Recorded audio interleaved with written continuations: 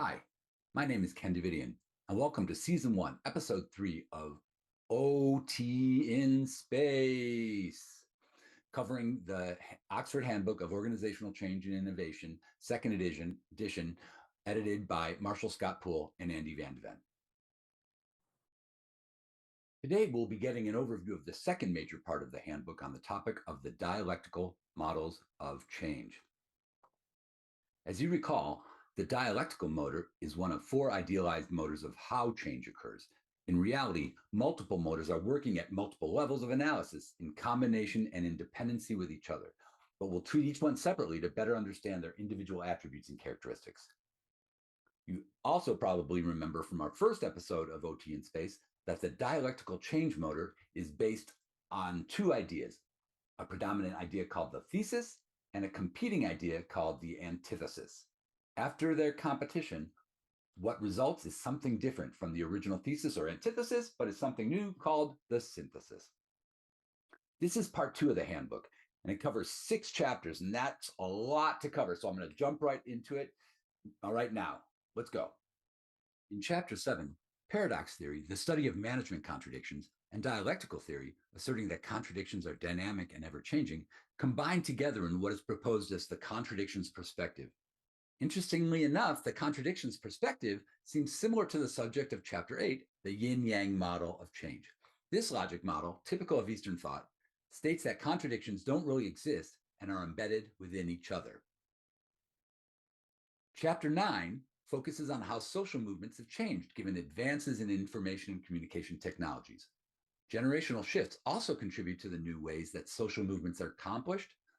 And Chapter 10 addresses multiple dimensions of change agents. The activist identities that typify change agents are a result of the psychoanalytical perspective, and their antagonistic role toward the society they change is part of a sociological perspective. Chapter 11 discusses the stakeholder model of change, focusing on the ever-dedicated change champions and the change recipients who don't focus exclusively on their own self-interest, but often consider what change means for their colleagues and their organization as a whole. Finally, Chapter 12 introduces the critical management studies, focusing on the societal and class relationship impact of management studies, management's dominance, and management's taken for grantedness. So before I talk about how the dialectical models of change impact the space sector, I wanted to map out where each of the chapters we're covering, each of the chapters, falls on the hierarchical level of analysis chart.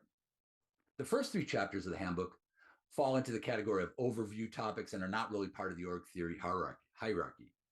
Chapter 4, 8, and 9 are at the highest societal level of analysis, and the rest of the chapters are at the organizational level, chapters 5 and 11, or the intra-organizational levels, including chapter 6, 7, and 10.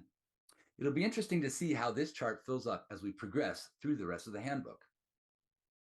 I think the chapters on social movements and change agents are super important to the space industry right now because we're trying to invoke a change to encourage the existing space activities to continue on, but also to encourage new activities in the non-governmental sector to increase. So this is a societal change that we're trying to impact. So understanding how to more effectively execute social movements and become change agents for that movement will be very, very important. That's all for this time. And next time on OT in Space, we'll give an overview of the third of the 7 handbook parts, this one discussing the life cycle motor of change. I hope you found the material interesting, and if so, please subscribe or hit the notification bell to make sure you don't miss what comes next. OT in Space is produced by Impossible Research, LLC. Impossible Research, or IRL, mainly conducts process research on the topics of innovation and industry emergence within the context of commercial space industries.